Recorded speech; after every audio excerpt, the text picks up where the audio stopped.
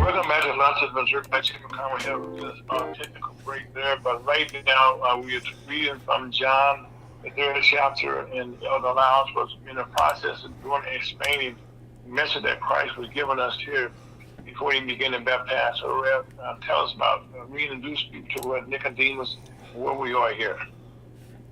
We in verse 25. Okay, We but just left from verse. I'll read 24 again. But John was not yet cast into prison. Then there arose a question between some of John's disciples and the Jews about purifying. Okay, Rev, before we get into John and the disciples, okay, clear up a little bit here about Nicodemus, okay, what Christ was telling him here, which was an important point here about how we can be born again. And we don't want to leave people hanging on that. That's very important that people understand what is, what that actually means about how you being saved. Oh, you want to go all the way back up to the top? No, not just review it in general. It gives an overview of what you just said, and what's being said there. And when Christ is saying, he said, "Really, I say to you, we speak what we do know, and testify what we have seen, and you receive not our witnesses." So, anyway, explain. Okay, was Christ explaining to people who have been baptized, people who have not been baptized, and people are starting to get baptized. Let's talk a little bit about that, why people want to be baptized and need to be baptized. Okay, it said in verse 3, Jesus answered and said unto him, "Verily, verily, I say unto thee, except a man be born again, he cannot see the kingdom of God." Mm-hmm. Nicodemus said unto him, "How can a man be born when he is old? Mm-hmm. Can he enter the second time into his mother's womb and be born?" No. Jesus answered, "Verily, verily, I say unto thee, except a man be born of water and of the Spirit." That's how you're born again. That's how you believe in the death, burial, and resurrection of Jesus Christ. And you pass from death into life before you sleep and after you sleep.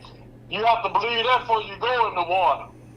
And also, when he said really, when he said back-to-back time, tell us what he's saying. When he said the word verily means truly. Truly, truly. Mm-hmm. You want to get your attention when he's saying that. Yep. Start at verse 6. That which is born of flesh is flesh, and that which is born of the Spirit is spirit. Marvel not that I said unto thee, you must be born again. The wind bloweth where it listeth, and thou hearest the sound thereof, but cannot tell whence it cometh, and whither it goeth. So is everyone that is born of the Spirit. Nicodemus answered and said unto him, How can these things be? Jesus answered and said unto him, Art thou a master of Israel, and knowest not these things? Verily, verily, I say unto thee, we speak that we do know, and testify that we have seen, and ye receive not our witness. Okay, Rev, one other thing, let's go back to Nicodemus. Tell me, what does a Pharisee, since he described as a Pharisee, exactly what is a Pharisee? A Pharisee ain't nothing but a lawyer. Okay. The scribes and the lawyers, and those were those Jews, those wicked Jews that had Jesus crucified. Mm-hmm. That's who they were. Okay, because in the Bible here, Pharisees, and people saying, well, what is a Pharisee? Okay, so he knew the law, but he didn't understand. He didn't understand what God was saying. Now, the reason they didn't understand what God is saying because they was in unbelief. Mm-hmm. See, when you're in unbelief, you can't please God, but you might please yourself with your personal opinion. Mm-hmm. So right now, we have a lot of people, who listen to what Nicodemus was saying and what the Pharisees, the lawyer, was saying. there's a big difference in what actually takes place, and that when Nicodemus couldn't visualize, how can this take place? Because it's not on paper this way. And God, Christ was saying, this is a new thing and a new day, and that He came here to make a change in life and change our lives forever. But we had to understand what He was doing, and nobody wanted to listen to Him. The reason why Nicodemus was a master of Israel, but Nicodemus cannot talk what he don't know. Right. So that's why he came that way, because he didn't know. And that's what they do in the churches. They keep the gospel hidden to the people. Why is that? That's why people say, I get baptized, I'm saved. I'm saved by going in the water. No, you're not. You got to believe the gospel before you go in the water. Water don't save. Belief saves. Jesus Christ, death, burial, and resurrection. That's what saves you from going up in hell. You get out in the water with them and can come with the devil. Okay. Continue. So you continue. Go ahead, sir. If I have told you earthly things and you believe not, that unbelief is again. How should you believe if I tell you of heavenly things?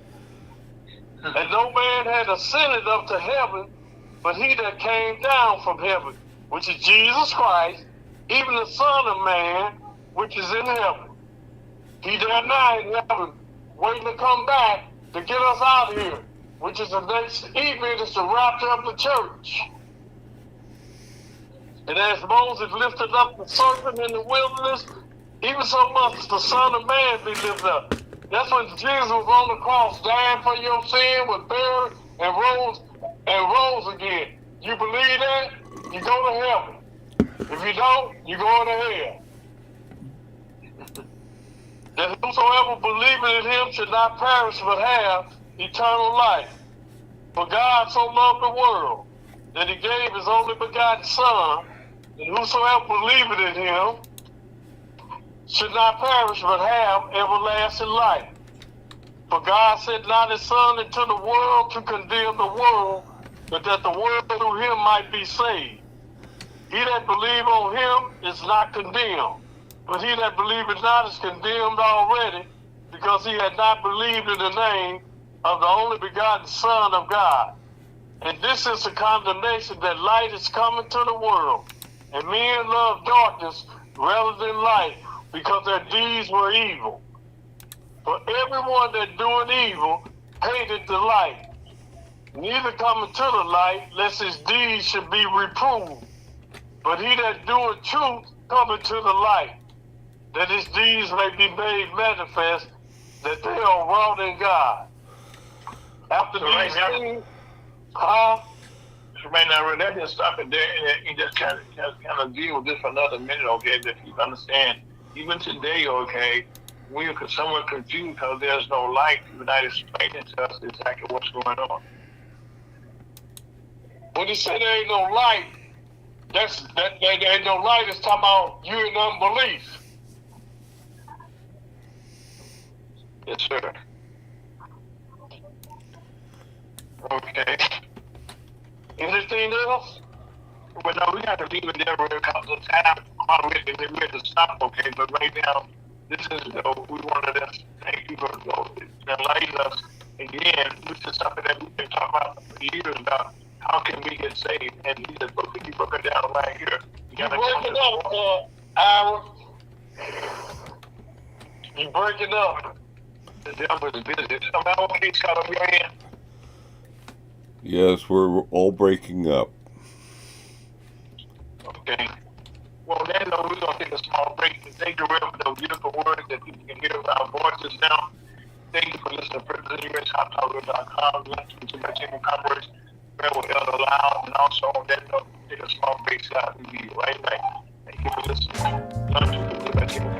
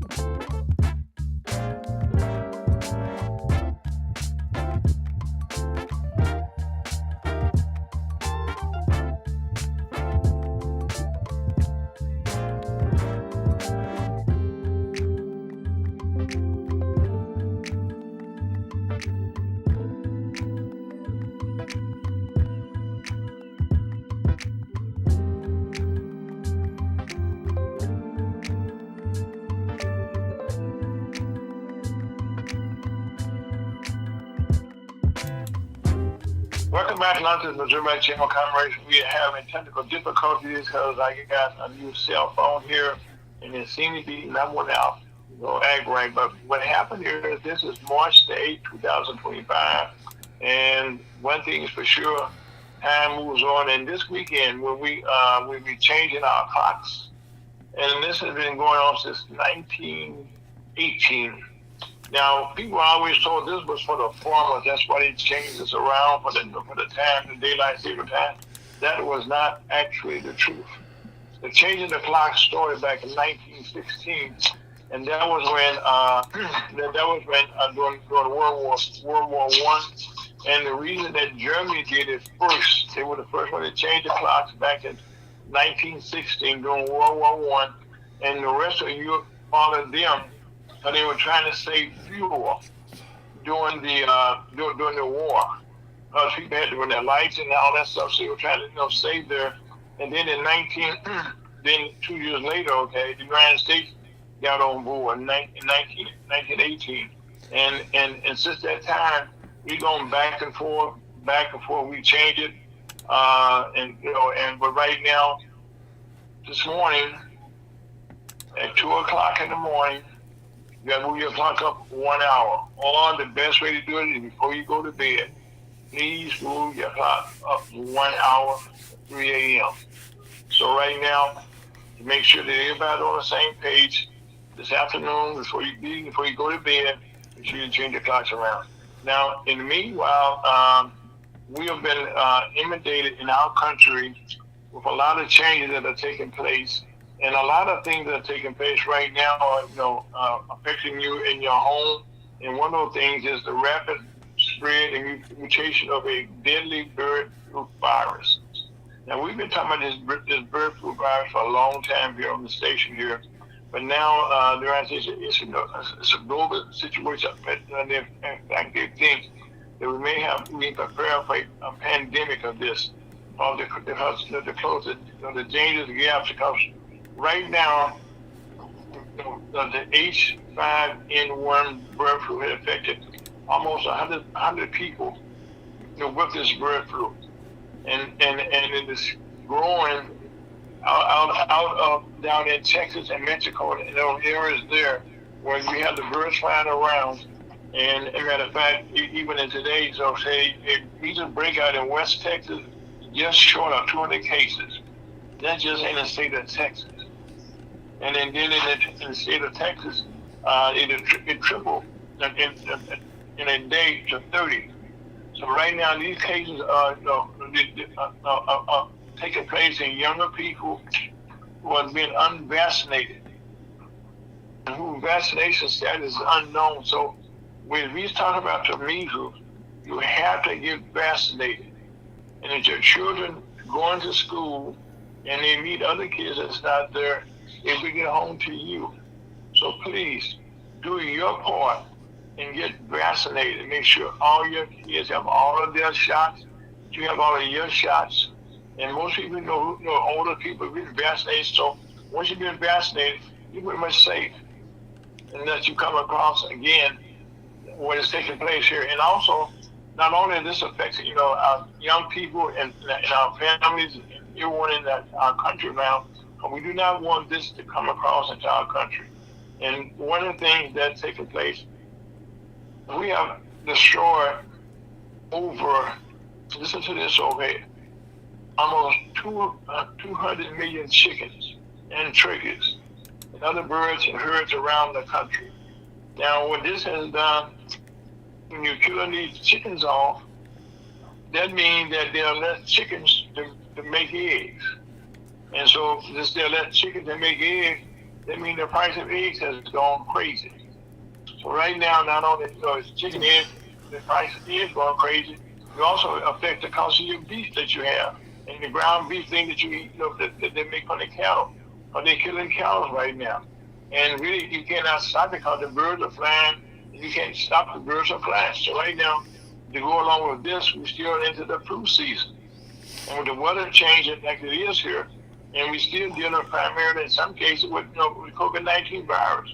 So the best thing you can do to protect yourself in all this chaos, confusion. Just wear your face mask. Wherever you go, if you can, get your face mask. You go in the hospital, one businesses right now, they put face masks out again, so put on a face mask. People are coughing, they're sneezing, but please protect yourself. If you can, social distance, and wash your hands for your own safety. And also, please get your vaccine and watch out as the measles brand continues to spread across the country.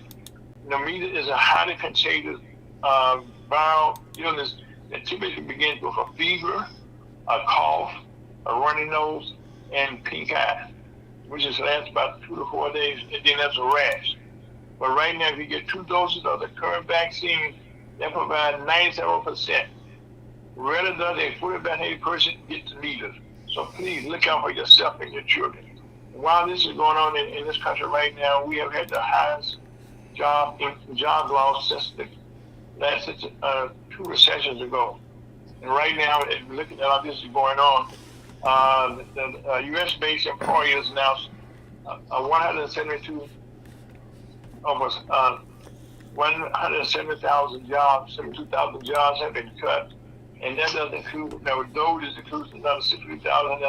That's a lot of jobs. And the U.S. economy added 151,000 jobs, but it was expected to add 150,000. Unemployment rate it rose, and also this Tuesday, and while this is going on, our economy is going through changes. Okay. According to the Fed Chairman Powell, the economy is very strong. During the third quarter, the economy grew 2.8%, and consumer spending had increased by 3.7%. The unemployment rate right now is at the lowest rate. Was at the lowest rate in 50 years under the Biden administration and the Harris administration. Now, this week, okay, the unemployment rate is at 4.1%. That's up. It was up in the 2 not long ago.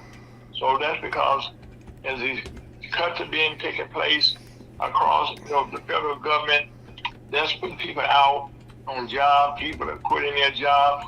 Then there's a lot of uncertainty, and I can't give you a good answer because as things are taking place, different departments are moving around. Jobs are being cut. Here's the departments being cut. Now, this has created more chaos. This really going to be a lot of now. The stock market, the S&P posted its worst week since before September, and the central bank is in no hurry to cut interest rate. What that means, there will be no interest rate cuts no time soon. And that also. Hey, Al. Yes, sir. I would just like to say something that we have to stop eating eggs and find something else to eat. You could change your appetite if they eat like that. Oh, really? I think that's going away because the eggs are $5 or $6, and that's if you can find eggs. Right. And that doesn't even include, okay, you go, anything that's meat that you get from a cow, since those cows are being killed off also, that's going to drive up, the cost of beef, hamburgers. Because almost most restaurants around the country all have hamburgers as their number one thing. And also, by the way, now chickens being killed. Also, they kill them chickens also. Yeah. So this is something that's not a good thing. Like I said, and this is rather into the stock market, because right now the stock market has been going down, constantly going down. Now, keep in mind that during the Biden administration, they're going up quite a bit. But now it's beginning to fall. As a matter of fact, one of the things that's taking place here in almost everybody's neighborhood, this is about to affect almost most of the country. Walgreens has been taken into a private company now. It was just about almost $24 billion. $24 billion with a B. And this deal made it a private company now. And Walgreens has been traded over 100 years as a public company. So there's a lot of changes that's going on all around us, Rhea. It's changing us We don't, and I guess the thing about it is these changes taking place, we have no control about what's going on. And right now, it sure don't. Right, okay, yeah, and right now, You know the third hour? The only control we got is we just gonna have to make different adjustments in life concerning what's going on in the environment. yeah, we definitely we doing that, okay. And also, while we doing it, the Congress right now, we're coming up on a deadline of next week. They have to come up with a balanced budget. Otherwise, the government will shut down. That will create more chaos. And right now, we familiar with Elon Musk. He's been doing with those. They've been going to different informants. You're cracking again. You breaking up. Anytime we see to talk about the Doge and Elon Musk situation, I'll fall off the phone. That's crazy, which makes no sense. Am I still real bad, Scott? Yes. Ladies and That's gentlemen, the enemy. we are working at a solution to this, and we apologize, but we're going to go on another quick break. Thank you so much. Oh, okay, Scott, this time call me.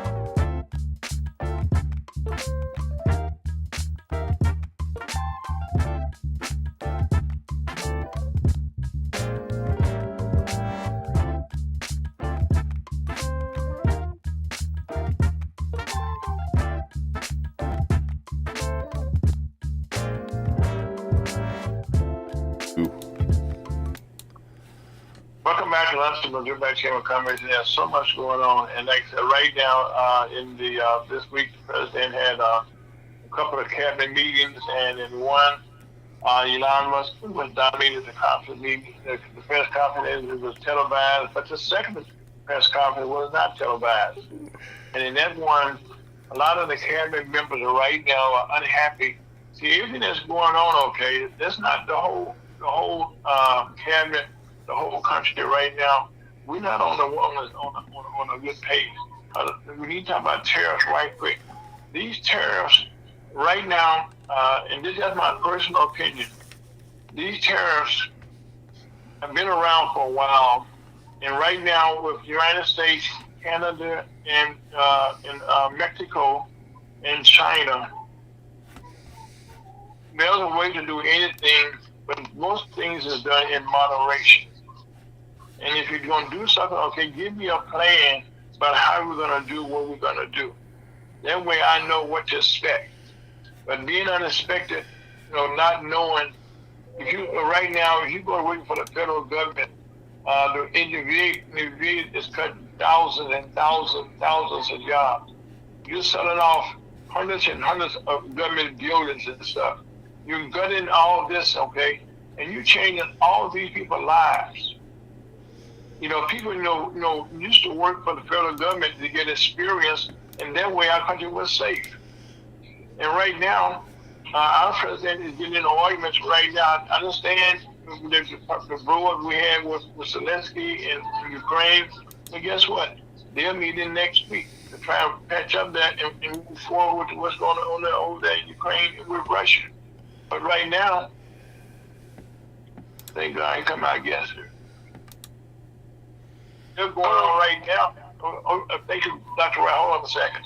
Okay, right now, we're watching what's taking place in Canada, where even Canada right now is fighting, for a new administration in their country.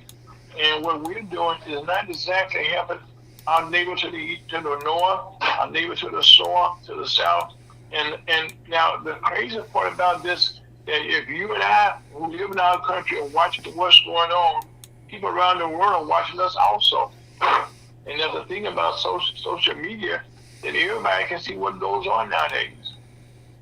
And like I said, we just had a second cabinet meeting where a lot of the secretaries, who are over different departments, they're complaining, okay, that the other departments that they just received, they have fired all the people, okay, that they need to work with.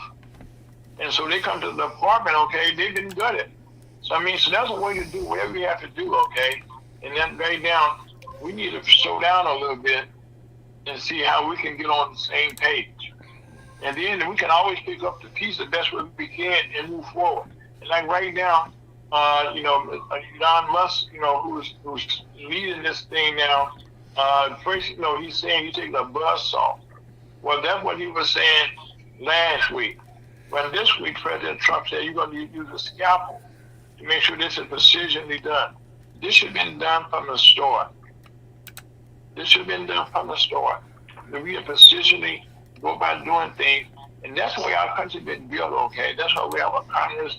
That's how we work together to get things done. And right now, there's a lot of stuff that's going on that we need to talk about right quickly. One of the things with Elon Musk, not only, he's the own former Twitter now, which is now have this issue when he's putting people. If in the budget talks right now, if you're a Republican running, you're looking for it now to be in, some budget, and the House has to pass a budget, and there's only one couple of votes difference, so that's not going to be a good deal because the government may shut down, that may cause more chaos. And right now, that is not good for us in our country right now. And while this is going on, we're looking at cutting more jobs. But in the real news, there was a man that was killed this past evening down in South Carolina. They had a firing squad where they killed him, which is kind of brutal. But they did that because in South Carolina they were trying to use chemicals, and the chemicals was not going well, and they had bought three executions, and that was not good. And so for the first time in over a decade, we had a firing squad kill someone. And also, on a national level in our news right now, Vice President Kamala Harris, former Vice President Kamala Harris, is now thinking about running for governor in California, and also in the suite of governors in the state of New York City. Former Governor Andrew Cuomo is running for mayor against current Mayor Amy Adams and a lot of other candidates. And this is what's taking place right now. We get now into the early season where you have a lot of turmoil, a lot of town hall meetings, which you normally have from your congressman who come talk to you about what's going on. Well, when you have those meetings, people right now are being shut down, and unfortunately, the Congress, the Speaker has told the people right now, the Republicans, don't hold town hall meetings. Well, if you don't have a town hall meeting, how are you going to talk to your constituents? And so what this is going to do, you got more people running for office right now against those people, and there will be a change coming very shortly. Right now, you got to talk to the people. We are the ones that actually vote. We're the one that actually determine what should go for it, what should not go for it. And just to give you a good example of that, you see the St. Louis. We just had an election this past Tuesday where our mayor, Charlotte Jones, came in second in the four-way race. And since St. Louis had changed their system now, we have the top two people in the primary running against the general. Well, in St. Louis, they had that 50% of the people turn out to vote, which is very embarrassing. But also, that's going on in St. Louis. But right now, they're going to run again against each other in April. And it just may be possible that she may be able to beat Alderwoman Kara Swisher in the runoff. Who knows? But people got to get out there and vote. You can complain about what's going on, but if you don't vote, ain't nothing taking place. Now, that's not a good word. But ain't nothing. Nothing is going properly. But we need to get out there and voice our own selves about what we can do. And also, one of the things that's constantly around our country, we watch it. Carjacking, and murders. And right now we had a little 9-year-old kid, 9-month-old kid, just was killed in a murder homicide just this past week. So right now, these murders, these guns, and people right now are depressed, they're unhappy. But right now, this got to cease. It's not increasing. It's increasing, but not decreasing. Now that's a lot I just said. We have technical difficulties, but so far we've done pretty good. So we may have figured out what was going wrong there. And also, right now, before we go any further here, make sure that another thing that's not good. We was very successful in our space program, Mr. Musk space program, the SpaceX Starship, which is the one that was carrying up the satellites into space, which would come like going to the moon. Well, unfortunately, his program just disintegrated because the last two satellites that went up there, like the one just the other day, it kind of had to blow it up. So this is the second time that this is taking place. So right now, lots of that's going on, and hopefully next week we'll be, when we get back to you, we will be able to have this technical difficulty worked out. But right now, without any further ado, we're going to take a small break, come out with our very special guest, talk about what's going on, and learn a little bit about history. Scott, and then listen to Ferguson, USC.com on Facebook, Twitch, and YouTube. A lot of people is about to check out camera. His name is Aaron Folks. That's Elder Lyles. That's Scott Owen. We'll be right back with great Dr. Wright. John Wright. Scott, take us out of here.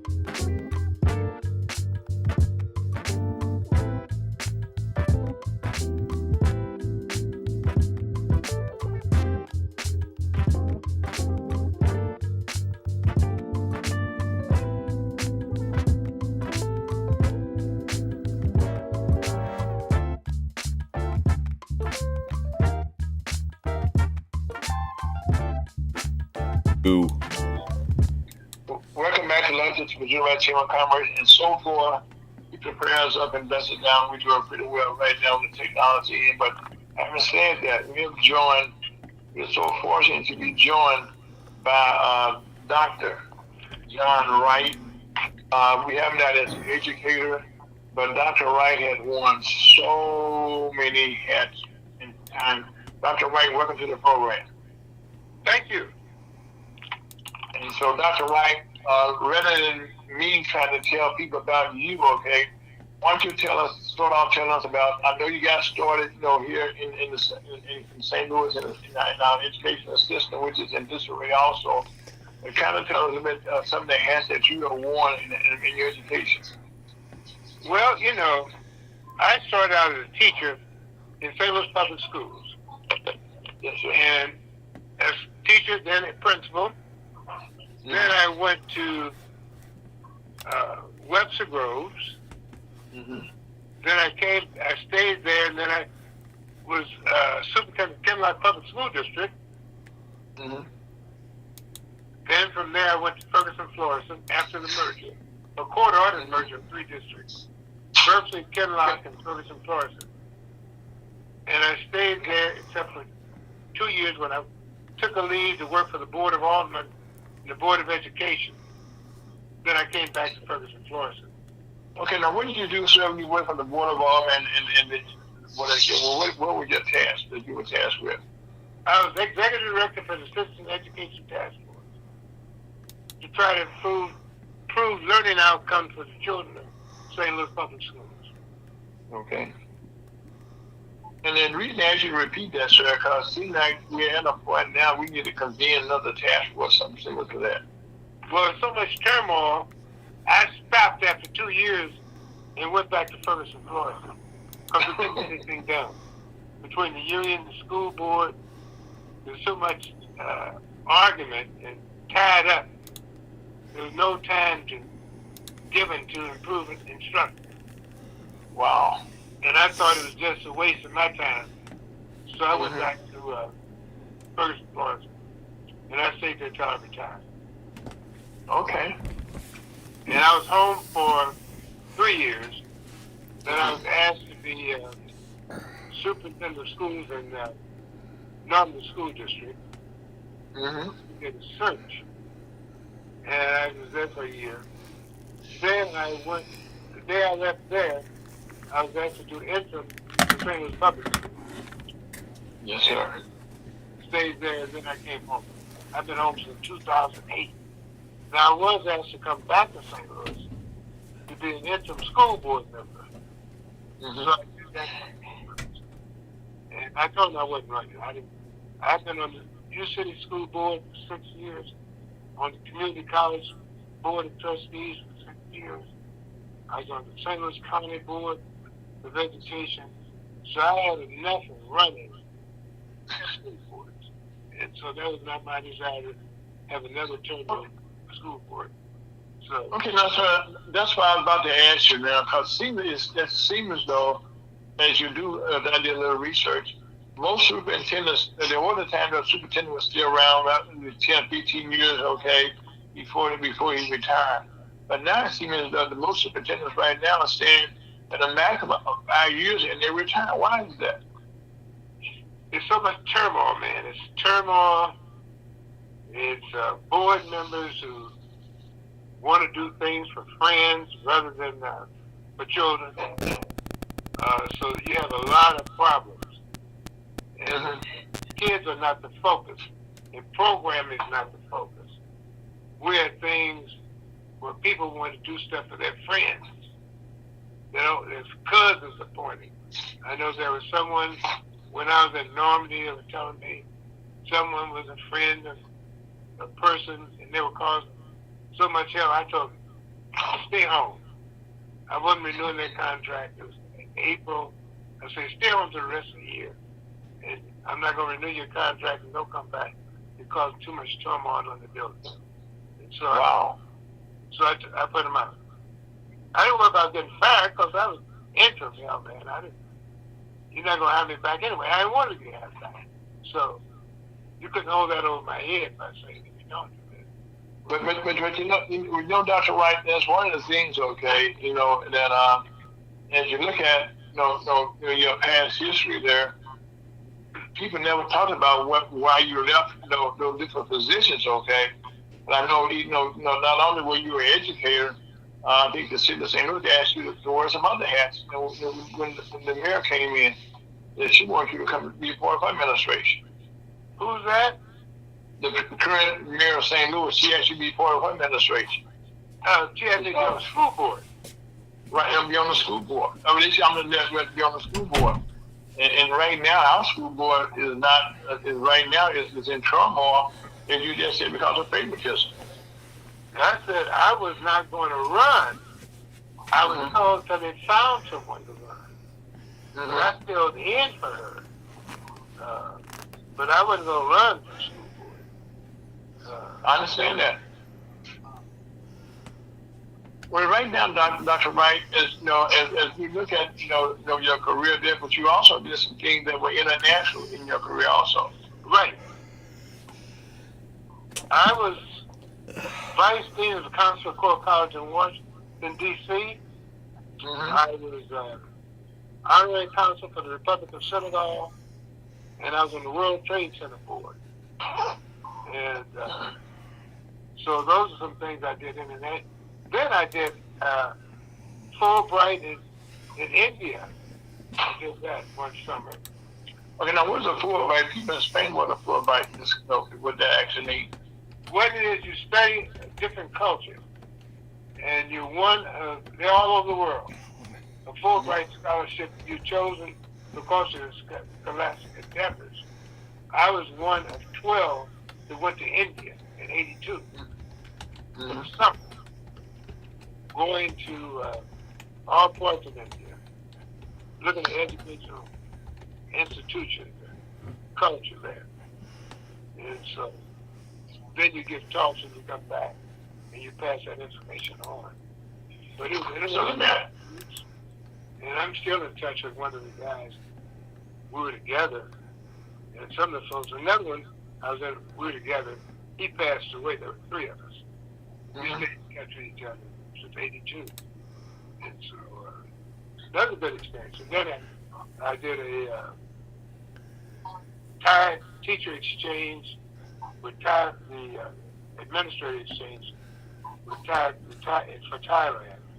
I did that. Wow.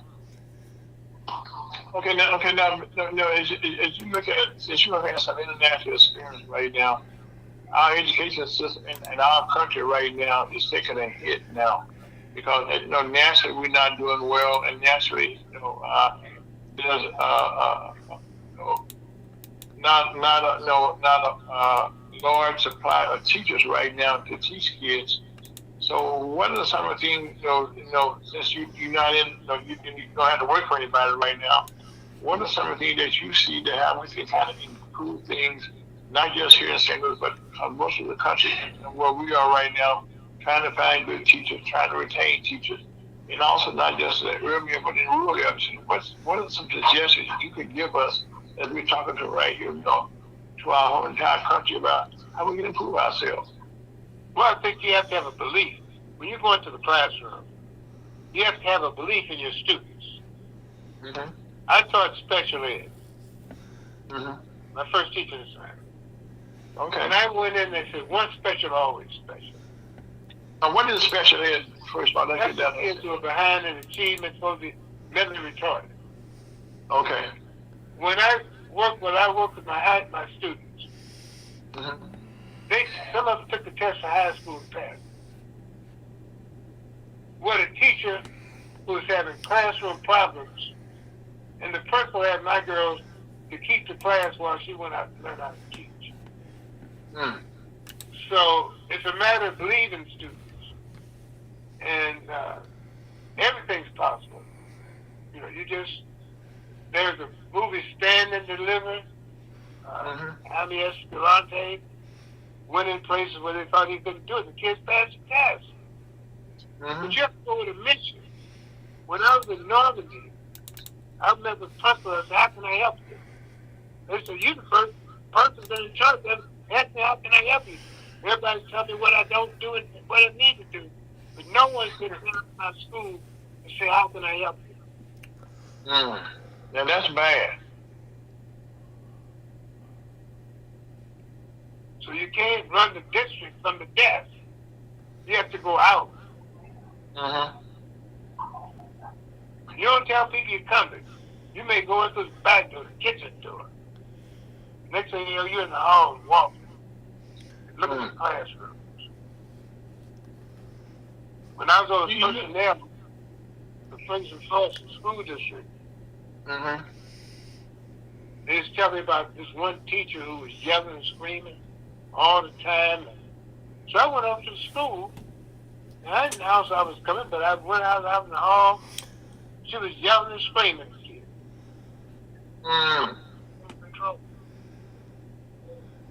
So you have to correct that. And principals who know when I go to the Kinloch School District, we had one woman who didn't want to deal with the teacher who couldn't handle the kids because she was a past superintendent's daughter. She was sound asleep in the classroom, out, and the kids, young kindergarten kids, traumatized. So I got someone to take her home, and we delivered her to the house. So she can't stay. Mentally ready. And I find someone to take her. Family, That's bad. it was that bad. Yes. You know, I was talking to an administrator just yesterday in a rural school district, and he's one of our members of the Missouri Chamber of Commerce in rural Missouri, and he was saying that trying to deal with the kids in the classroom, that most teachers right now, that he originally worked, on a grade school level, he's been promoted to the high school level, because mainly that they have found that some of the female teachers, were being overrun by their students. By the what? By the students right now, was not giving them the respect, the teacher the respect that she should have gotten. Well, when I started teaching, I may have had a jump. I worked at juvenile court when I first got out of school. That was a detention center. So I knew every thug in the neighborhood. And so when you're at the detention center, some days when nobody shows up, you run the floor about 90-some kids by yourself. Wow. You know the thugs, and you get to know them, and they need to know you. When I was in Marshall, the kids had taken over the playground, so the principal couldn't do anything, and teachers couldn't send the kids out. And I went out and said, "Look, fellas," and I knew them by name. I think it makes a difference when you know them by name. I said, "You folks, you got to give us a break now. It's okay to play basketball, but you got to stop the basketball playing with the kids at recess." "Okay, Mr. Wright. Okay, Mr. Wright. Okay." And that was it. But I knew him by name. Well, see, Dr. Wright, right now, I think, you just listen to what you just said, okay? The problem is that there's no respect. The teacher, you got to earn respect. You can't give respect. And I think that's where the problem comes in here. Would you agree?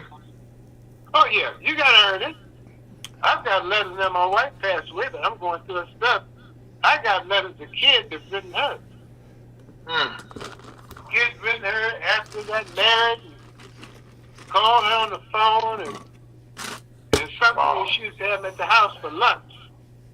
And so, yeah, that's respect. She loved them. Well, right now, right now, Dr. Wright, as we have this conversation, one of the problems that we in the black community, we're trying to, the Missouri Chamber of Commerce, our goal is to help black business owners thrive or create new businesses and stuff. And just understanding what we just talked about here right now with the educational system, trying to teach someone early on about what black businesses need, that's an uphill battle. Am I right? It's not impossible. You got to believe, when you get into something, you got to know what you're getting into. And you got to be willing to go with it. You got to, it's not easy. And I wouldn't tell anyone it's easy. But it's work. And once you get a reputation, it's after you get your reputation, it's easy. Easier. You got to win respect. and then you can do. I remember a kid got suspended, and hearing get terminated from school. Mm-hmm. Parents didn't show up, and I was the only one in this termination here. So I've been dropped the reputation from him because I was at his suspension from school. Wow. You know, Dr. Wright, one of the things that I understand, and of course you do, I knew that, first of all, that your education that you got early on in your career, in your life, okay, you came from a black high school that's still around. Tell us about your high school experience that you focus, okay, on being who you are. Yeah, I was a Sumner. Mm-hmm. This is the oldest high school west of the Mississippi. Mm-hmm. But I had teachers, blessed with some teachers, who gave a lot because they couldn't get any place else but high school. Mm. Who else came up in a segregated world, Mm-hmm. Grace Montgomery had Kenneth Phillips, a great instructor, because whites wouldn't hire him. Wow. So, Robert McFerrin Mm-hmm. had some of the high school teachers. We have Charles Turner Mm-hmm. was hired in Sumner because white institution wouldn't hire him. He did one of the top scientists in the country. He still did it at Sumner High School. Mm-hmm. And also Sumner, had the Mr. Richard Hudlin, was a great teacher there also. Who? Richard Hudlin. Oh, yeah. Hudlin was a tennis man. He did Arthur Ashe. I know. He trained Arthur Ashe, who became one of the first black to win a Wimbledon championship. Ashe stayed at his own. Mm-hmm. They didn't worry about where you lived at that time. Hudlin got Arthur Ashe to stay with him. Mm. And he was living in Richmond Heights. Oh, Arthur okay. Ashe came back and forth with him every day. Okay. Well, that meant that right there, there was a trust factor there, but at the same time, the fact that I know one of my very good friends, and what happened to the chairman, Reverend Larry Brown, listening to us right now, he came out of Sumner High School, and I know you know him personally because you have relationship with him for years, but he's been one of the leaders in our black community for years, okay, but he also was a Sumner graduate. Larry Brown? Yes, sir. Yeah, I was engaged to his sister. Yeah, you told me that. Yeah, so I know that's what I said. So I know it personally, okay. I know Larry well. Yeah, but he's been like a staple in the community for many years, so not just as a rapper, but as a businessman. Yeah. Yeah, I know Larry very well. Yeah, and he's been but he's been one of the person that gives, and also, by the way, when we speak about it, okay, we want to set some prayers up there right now because he's also going through some dialysis. Right now, pray for him, have a speedy recovery, get a kidney real soon. But there's people like this, okay. Now, by the way, I didn't tell people we started the program. Dr. Wright, how old are you? I'm 85, brother. 85, okay, 85 years old. 86 this year. Okay, 86. And if you're smarter, than the average boo-boo. Not being funny here, I say that, but you're smart. You understand. Your mind is still clicking. But it's your experiences, okay? Is that we need more so now than ever before to share this with people, okay, about what you had to do to be successful and make other people successful. What we need right now is for people like yourself who can find other people who need to pour into our kids. You said one thing was very important. The kids, we got to respect you. You got to earn their respect. Right. And it comes, so you can't fake, Kerry. it comes to. Mhm. You know, you can't fake that you like kids. Mhm. Well, you know, Dr. Wright, one of the things that in schools nowadays, you know, is totally different because now, you know, most classes right now are being taught about a computer or something, about somebody on the video screen. Since they have a shortage of teachers right now, so what are some things that we can that we can share right now with different parents who listen to us right now, how they can school their kids' relationship with their teachers? What would you You know, I suggest? had to go through that. You know, I don't know how many are being taught by computer skills. I know it's not a teacher. He retired. He went back because they offered him $1,000 a day. You know? Wow. So he went back to school, and he wanted to be just a sub. Now he's teaching charge of building. It's what now? He's in charge of the building when the principal was absent. Okay. So he's done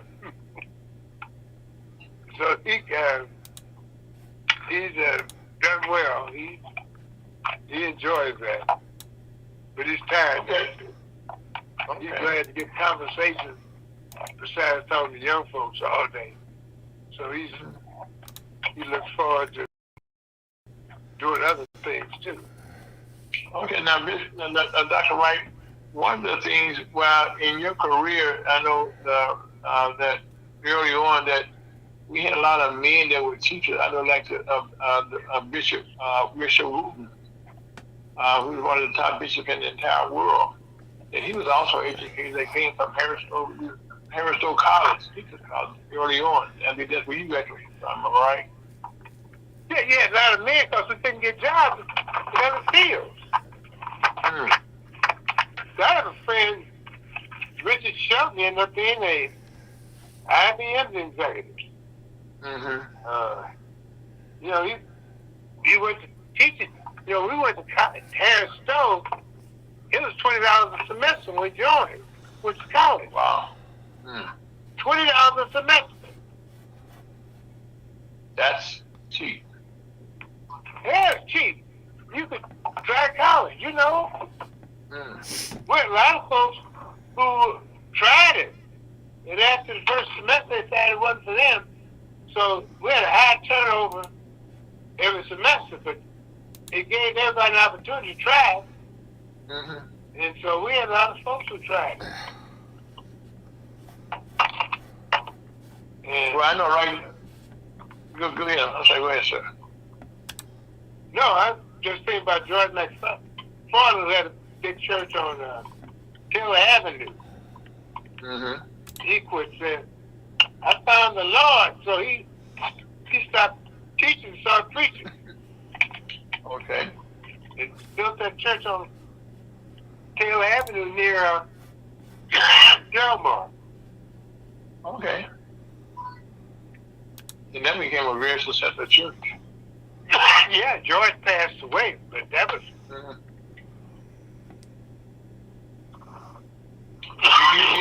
You know, Dr. Wright, you know, I guess nowadays the teachers right now, you're getting more men back now into the classroom than you had in many years. That should be a very good thing, am I right? Oh yeah. But many of them have found jobs in other fields. You know, that's the problem now. Well, I know. Right now, one of the things that we're looking at is that we need to be able to improve ourselves in every way that we can. And education is the one vehicle that we all need to have, because right now, with all the technology that's coming down the pipe now, it's daunting to be able to keep track of stuff. You know, it's not only black men who's not doing it. White ones aren't either. When I was teaching for Webster, part time I used to teach out of state. And I had very few men in my class. They coached, and that was it. So not only did we lose black men, white ones aren't going for it either. Well, like right now, like I said, jobs are getting tighter and tighter right now, and I guess the one thing that education helps people to understand, because as we live in our country right now, I might not be on the spot, but if you look at what's going on right now in our country currently, what are some of the thoughts that you could give to Break it up, Al. Okay, Scott, am I okay? No, you are breaking up. Let's take a real quick break, and I'll call you back.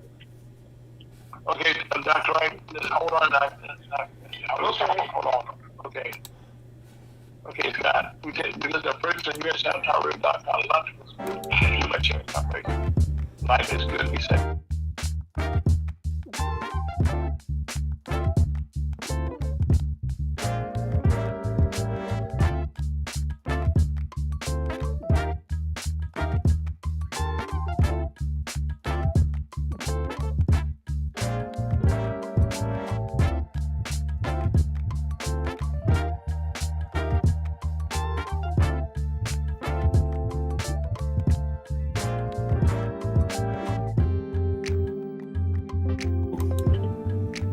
Okay, Dr. Wright, welcome back to lunch. Okay, we're back with you, sir, and sorry for that situation there, but I was saying to you right now, as you look at right now in the year 2025, what are some of the things that you would suggest that people who consider going to being educators right now, because we still need some good educators for us to understand what's going on in our country? Would you agree? Oh, yeah, but you got it. One thing I think, we got too much dumb leadership out there, too. Okay. I'm serious. I got 2 kids with education. I hear all the dumb stuff that goes on by those in charge. Right? When you said dumb stuff, okay, give us an example. I have one son who, can you hear me? Yeah, yes, sir. You were loud and clear. I have one son who was a principal. And his staff was predominantly white. He went out and recruited a black staff member. And the one, his supervisor, thought that person would be good at another building and took him from him. So he got upset over it. And so the guy said, I don't like your attitude. You're upset, huh? He said, yeah, well, go home. So he sent home. And so the building was on, what do you call it, pilot for 3 days with no one running it. They realized you did need a principal to run the building. And he sent the principal home. Whoa. Let's back up, okay? What do you want me to back up? So why did they send the principal home? Because he was upset because he took his staff and he went out and recruited.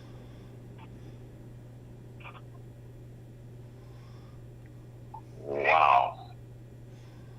Because he expressed anger because he went out and found the teachers recruit and supervised the took him.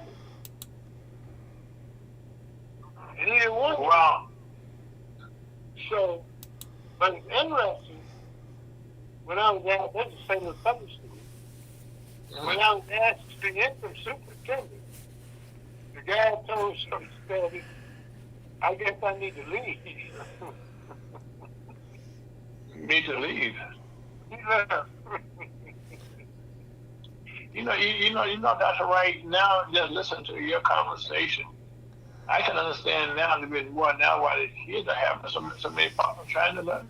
It's all, it's not them. It's, it's grown folks' issues. Oh, yeah, you got a lot of grown folks issues. You got a lot of folks out there who are playing school. They don't know what they're doing. And, Yeah. And then you got a lot of teachers who need support. Principals who need support. Well, I know in the Missouri, and I'm embarrassed to say, well, we wanted to force states, they come to paying teachers to teach schools. Salary wise. I know my high school, Sumner. Mm-hmm. Like every 3 years they get a new principal, 2 or 3 years. Mm.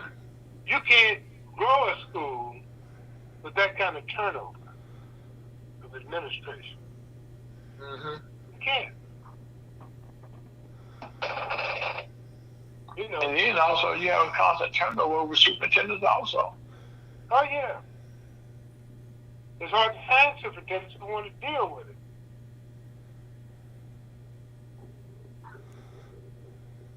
And I think at the end of the day, that's that there's no consistency because I guess each superintendent will come in, he has a vision, okay, that what he has for that school, what they want, what they want to get accomplished, during his administration, in his legacy.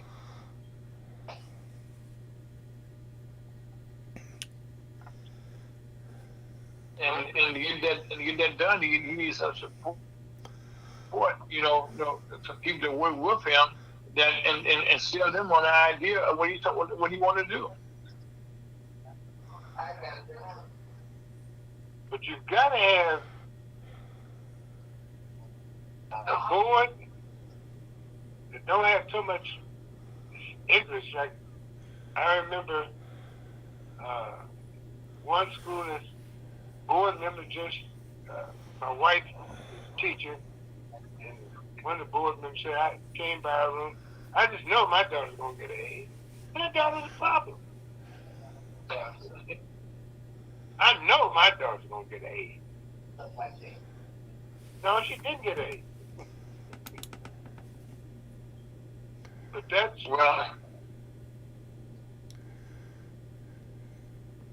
Well, and that's not just that one kid, but every parent feels their kids are smart. Yeah, but you just can't. You got to be a parent, and you got to be supportive, and you don't put that on per teacher.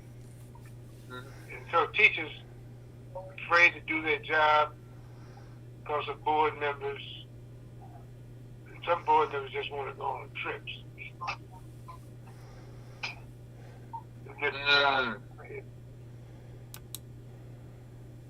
You got small districts. Sometimes in small districts, Mm-hmm. the school is the biggest employer. Mm-hmm. And so everybody's kin and relates to each other. Mm-hmm. But you got to tell the board, if you want to save the kids, Junebug, Mary's son, is messing up. Mm-hmm. And Junebug can't stay there. Mm-hmm. And you got to convince the board that Junebug can't stay there. Mm-hmm. And put with documentation. Mm. Because I remember when I was superintendent, this one guy was a board member's relative. And he was throwing that bombardment in the classroom. Bad weather. Breaking out the lights. Right. And I said, look, if you don't do something, you're going to get a suit. So this guy won't mind, he won't follow instructions, but somebody's going to get hurt. I'm putting you on notice. It's a problem. You want to keep him, but you got to know it's a problem. I'm putting you on notice. I'm not going to put the blame for it. So they talked with him, and he didn't do it, and so he got terminated. But I tell him, it's a problem. If you don't do something, somebody's going to get hurt. And you're going to get sued. But I'm letting you know what's going on. And I'm not going to be a part of the suit. Dr. Wright, as we look at right now, what we need most of all that we have to have this basic education. And unfortunately, one of the problems that we got to deal with, and is not being dealt with, is vaccination for the children right now is not what it used to be, and now and it should be what it is now. How can we make sure that the parents are aware that they need to have their kids vaccinated? What can we do about something like that? Well, what you have to do is put the facts out there. Look, we're offering this to your kids. Here are the records. Kids, with schools where kids aren't vaccinated, they have a greater chance of dying. So here's the facts. This is where we are. If you don't care about your kids dying, don't get them vaccinated. But the chances are, if you don't, you'll be born with statistics like it is at other schools that don't have it. But death is the reason you want to do it, to avoid death. And here's what happened in places that didn't do it, and the kids die, and they get sick. So if you don't mind your kid getting sick, you don't mind Junebug dying, you're okay. Keep doing what you're doing. But if you care about your kids, you got to take care of it.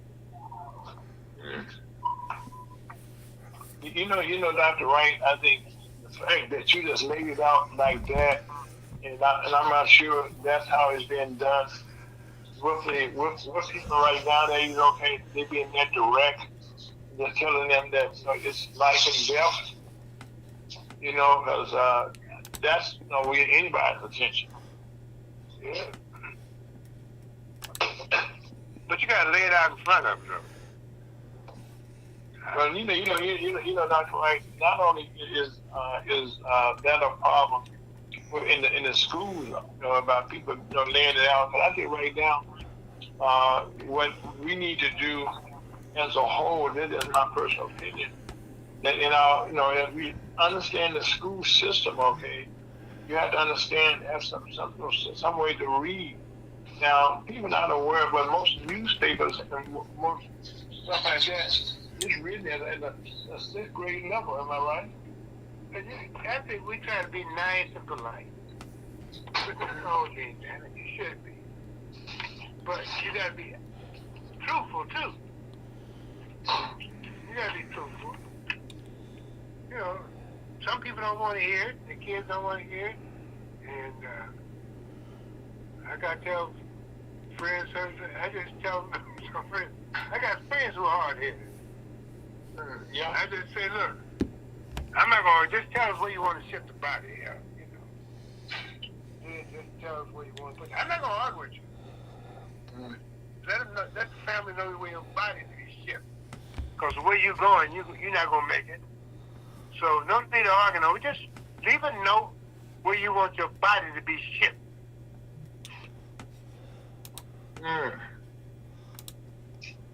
Wow. Now that is definitely getting to the point, and people should be hearing it and understanding that these are the facts of life. Yeah. And Dr. Wright, that's one of the things that across our country, people are not being factual, direct, I should say, when it comes to explaining to people what the facts are. The administrators have a relationship with teachers. Mm-hmm. The better they get that message over, because they trust you. Mm-hmm. If you don't have that relationship, they don't care what you say.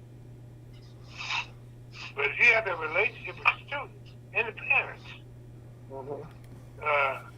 if the kid gets sick, have teachers, we'll have principals, we'll always say, what I want all y'all to do is call home, talk to the parents every now and then, call the house, see things are going. So that's what we did. That's part of the plan. First week of school, he want all first teachers to call home.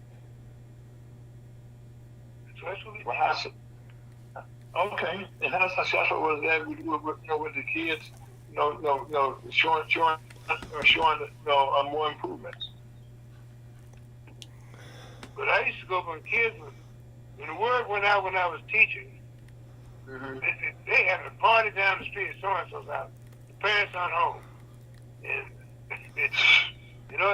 you went in through the back alley because they didn't have a front door. You had to go through the back alley. And so I remember going.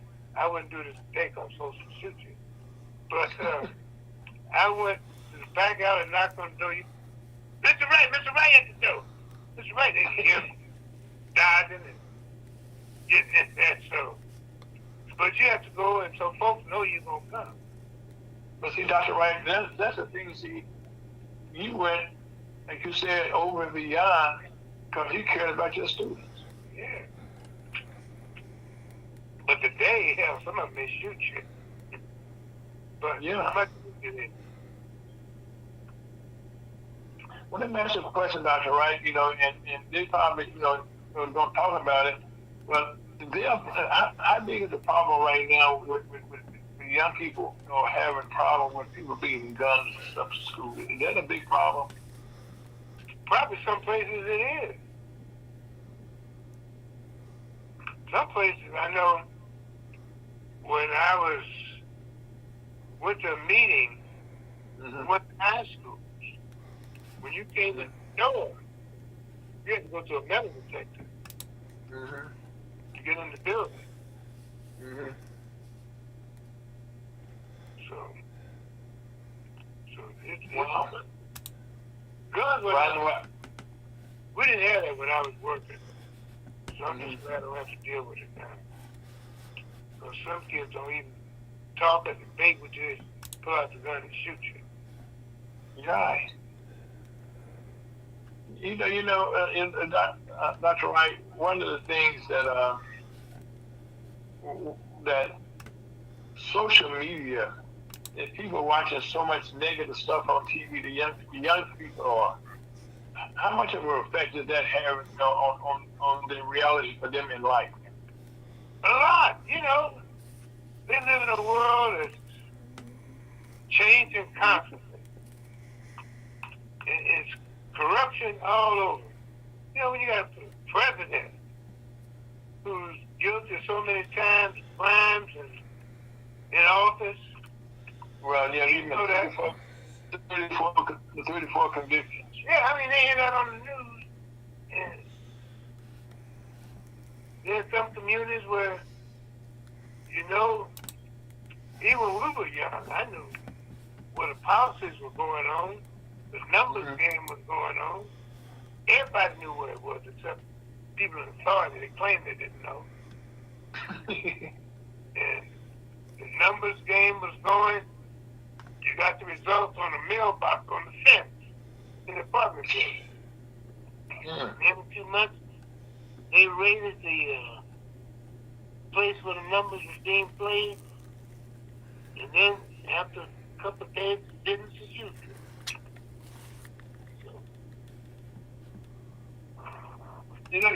Just for the sake of clarification, Dr. Wright, I only hear the word the numbers game. Is that exactly how has that looked back in those days? What do you mean, how was it? Like I said, people like now, you're trying to, as a disciplinarian, as a superintendent, and then from the superintendent down to the principal, how effective right now, how hard is it right now to get that line of communications set up? Well, this was, you just in the neighborhood, you knew what was going on. You didn't have to go, you did it back to school because kids weren't doing the numbers. But you knew it was crooked out there. Everybody knew what was going on. These little kids, some kids were even taking the money over, putting it on for mom and dad. Oh, wow. So right now, for us to get a change, we got to start down at that level to go up to the top. Am I right? Yeah. But that's you. It's a different world now. Well, we've been joined right now by Mr. Chuck DeMoto. How you doing, Chuck? Good afternoon. Good afternoon, Chuck. We're talking to Dr. Wright, okay? He's a former educator, and we're trying to talk to get an understanding. For us to have leadership, and create new leaders, okay, we got to start in the school. And so we just today just kind of trying to just get some understanding. I know you know a little bit about education because your wife's an educator herself, but how difficult it is right now. First of all, to get good teachers, get superintendents, or to get good teachers. How difficult it is for the students to understand and get respect for their teachers. But you have to respect the kids. Mm-hmm. That's hard sometimes. Yeah. Listen, but you can't give up. Can't give up. Well, anyway, so Chuck, and you'll win some kids, and some you won't win. mm-hmm. Those you win, they keep the other kids in line. Mm-hmm. They'll say, "Oh man, he's okay. You got leave him alone. That man know what he's doing. Leave him alone." And they take up they say, "Mr. Ray, he doesn't know what he's doing. Leave him alone. He's okay." Mm-hmm. And they'll correct the other kids. Well, Dr. Wright, right now, I want to thank you, okay, for taking the time. Just give us an overview, how things have changed, and how difficult, but at least give us a roadmap showing what we need to do, okay, to try to make a difference in our schools, and just let people know what's going on now with the chaos that's going on in the schools, and how bad it is, unfortunately. But no one tells us about that. I'd say the parents should visit the school.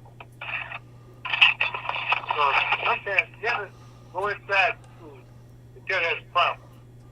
Mm. And if you visit the school, that'll also make people do right. Yes, sir. Parents, white schools, you got parents in it. It's hard for the principal to run the building because parents interfering all the time. But it keeps the bad stuff out too. Well, Dr. Wright, Dr. Wright, I hate to cut you. I hate to cut you off, Dr. Wright, but right now we're going to change over to Chuck. And Chuck, right now, I'm sorry, what you said, Dr. Wright? Okay. Thank you for your time, sir. Like we will be talking more today or not more. Thank you so much for your time, sir. Okay, take care now. Okay, yes, sir. Chuck DeVoe III, how you doing, sir? I'm doing fine, thank you. Okay, I know that you know a little bit about education. Give us your thought right now about education out in our schools now as we're trying to raise up new leaders, okay, to have new businesses, but we got to start at that level, How can give us your thoughts on that? I think we all got to work together because it's complicated. There's a lot of issues, and you can start with asking the teachers, and then there's they reach a point where they say they're doing all they can do. They need some help. So some of that has to do with, are we offering the right curriculum from a vocational standpoint? Does a kid have to go to school if they don't want to go to school, or do they want to go to school because they know that's how they can make a living or have a living? And there's different levels for different dispositions. Kids that are, let's say, upwardly mobile or coming from a higher demographic family, those schools are so well equipped and so disciplined, and the right teachers, and they're teaching what stuff you need to know. And surprisingly, I haven't researched it, but they want their kids to have a full education. They want them to know the facts. From my experience, I have not seen them shy away from topics like slavery. Now, I won't go into the curriculum part. And I'm not all the way up to speed to understand completely what is critical race and all that kind of stuff. But that was an issue that was brought in the educational environment that's impacted by the federal government. So we're looking at the disruption and if a kid, and I should say kid, let's say somebody in between elementary school, junior high, and high school, you kind of fall into a path or a track. And those kids that are given exposure to like video technology or we see science fairs and things, and there's some phenomenal things happening. That's where we need to support and offer resources to those that want it, have something to feed them and to drive them and keep them going. And then there are those that are just disruptive and are maybe only going to school because that's what they're forced to do. There may be a different or a separate environment for those. But, I know this has all been said before, all been tried before, and it's going to have to start at home. Right. You could look for whatever resources you want, but it's going to have to start, with the man in the mirror. But Chuck, I'm not going to take a lot of time on that. I think you guys echo what Dr. Wright just said, the time that he's on there with us. That You're breaking up, Ira. Okay, how's that? Am I still breaking up? You're still breaking up. Chuck, hold on one second. Okay, we'll take a little small break. We have some kind of difficulties last couple of weeks here. But just hold on, and Chuck, we can take a small break. This is a lunch with Jim Chairman Comrades on BreakthroughUSHotTalkRadio.com. Life is good, Scott. Take us out here right quick.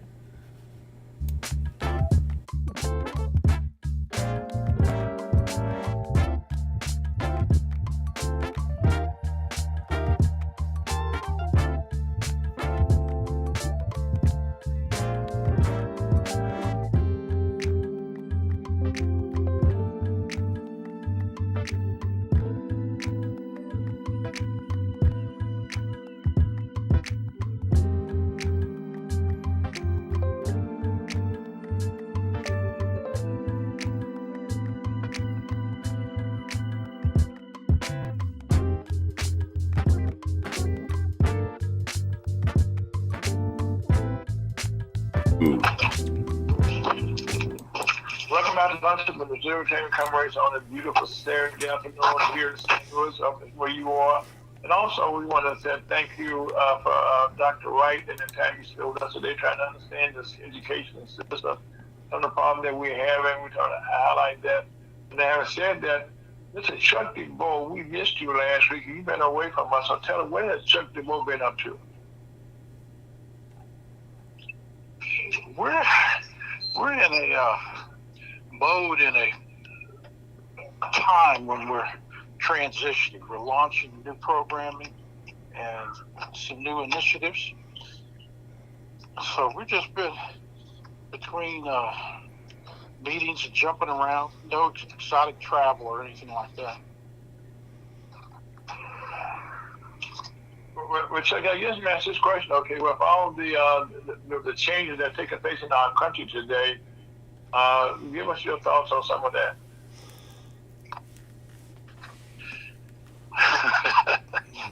That's a loaded question, but I tell you. Well, it's kind of loaded, okay, but right now, because like a lot of business leaders right now, it's a fair question, though. It's a question that needs to be asked to somebody that's daring to be in a position of leadership. So I'm glad you asked it, and I think it's really relevant. Well, I know for what you... And I'm trying not to what I do, repeat yes. that we've said previously, but this is probably the most crucial. You hear this all the time, but this one seems to be the most crucial until the next most crucial comes along. So for now, Okay. today, looking in history, if you don't pay attention, if you don't pick a strategy, if you don't pick some reaction to what's going on, you're gonna find yourself like double down. You're not just going to be behind. You're going to be like 3, 4, 5 times behind. Mm-hmm. And part of that is how you choose to react. And I will say to the things you can't control. Can't as in cannot control. How do you react? And I'm going to be a little bit, I'll be real. I'll be critical. Just break it down. If you want to go out here and protest a boycott, you can. But what is your strategy? How does that impact you? Or have we figured it out? Do we know, is there a ABC or phase 1, phase 2, phase 3, or where are we going with it? You know, when we boycott, we're going and we're asking with a strategy or something. But in this game here, it's already set up. You can't bring the 1950s back in 2025. In the era of AI, they've already scoped it out, planned it out in strategy, and don't necessarily take it personal as that it's against you, or what? What is the bigger picture? In other words, I'm saying that I do not believe it's to eradicate black people. I believe it's to eradicate any kind of differentiations that had been festering within the federal government and the structural society, to where different aspects of it were starting to be manipulated and used to the advantage of one group versus another. And particularly as it related to DEI. I don't know if you notice it, but whenever DEI comes up, they start talking about using that phrase, that word about woke. Mm-hmm. And woke has become synonymous with gay rights. Well, people can argue that, but that's. I'm just going by what I'm hearing and seeing in the news. Chuck, right now, one of the things that you just hit on there is that the titles or the names that have been given for things over the years. First, there was a time when you said minorities, you meant black folks, okay? But over the years, that became so encompassing that you didn't mention black folks. Then you came with DEI, okay? And then all of a sudden, that got redefined as something else, okay? And it became like the thing that was being attacked. So with all these different things in the media that's being attacked and not being attacked, that's why I'm saying it's a loaded question I asked you. But how can we see through some of the things and suggestions you give us as a leader? I got you here. Here's some of the things a lot of people don't. It's not made part of the conversation. Mm-hmm. And if you go by like following the money, mm-hmm. So we're hearing a version of following the money from the whole Doge experience, and following where did the federal government actually spend the money, and what was this? And they go, oh, look at all this money that went here, look at all this money that went there. Well, as it related to DEI, there was corporate monies that was written off and put in the budget that were for DEI spend. Mm-hmm. And then there was the federal government DEI spend, or what they were spending money on, and it really went to certain types of things and to certain types of organizations. So because of the partisanship element of it, meaning that the Democrats were implementing the legislation on it, they were implementing the administration of it, they were really allocating the budgets that went with it. It was very partisan politics. If you weren't down, if you weren't part of the crew, if you weren't approved and agreed to, you weren't going to get any of that money that was being allocated and spent for those types of things. So it does fudge over into racial differentiation, or how are you a black or Hispanic or a woman, a white woman, or whatever. It did get into that. So what the Republicans have done, have come in and studied where the money went. I mean, it ain't even a study. It's a matter of artificial intelligence. These supercomputers, it doesn't take them 30 seconds to go through it, just put everything together on what's connected and what's not. That's how fast it is. They can go in tonight and run through the servers and be done by morning. And say, okay, we're good. We're moving on to something else today. So the thing about it is that DEI really just was being shut down completely and cut off the gray areas of the way money was spent and then who was benefiting or not.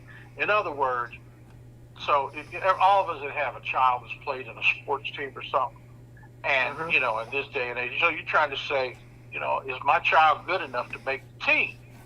And then you get out there and you say, well, wait a minute, they put this kid on the team, but he's not as tall, or he's not as fast, or he doesn't hit his free throws, or you know, it seems like we're just as good as they are. Why shouldn't we have a chance to make it? And that's where the things you don't control, or the things you can't see, or let's say the politics or what goes on behind the scenes, all start to come into play. Now, it always existed in society, whether DEI or not. You know, there's always, and historically, it's like, well, you live in a certain neighborhood, so we're not going to insure you, or we're not going to give you the same rate or the better rate. Or, you're black. You know, it just jumped in my head, but if you're black, you better get back. You know, it used to be kind of like that now. So I'm going the opposite direction with it this time. And I'm like saying, okay, so you want a level playing field. You want us to come out and be general market. You want to have us question whether we could be the National Black Chamber of Commerce, or whether we just got to be the National Chamber of Commerce. And either way, you set the rules. If we can't control it, you know, we're going to go ahead, we're going to be us. But by all means, it is not going to stop us. If the first, you be careful what you wish for, is we're getting ready to be the best. We're getting ready to be the best on whatever league we're playing in, whatever platform we're on. And now we're open for general business. Yeah, that's right. Everybody, anybody and their mama, it doesn't matter where you live or what church you go to, or how you grew up, or what color is your dad, what ethnicity are you, and all. It don't matter. It's about that money now. It's about getting to it. And so, even though I'm not a big proponent of the boycott, these folks is out here driving the stock value down of these companies. You know, I mean, it's painful. It hurts. But see, then the corporation can say, wait a minute, the federal government told us we got to do it a certain way, and now y'all gonna punish us for being legal or following the law. See, that's where you got to be careful. You don't want to hurt the wrong thing, but then the White House is asking us, the black business community at large, just saying, or not just black, small business. We'll say small business. They ask the small business, can you please let us know what's working? What policies do we have that are getting good results?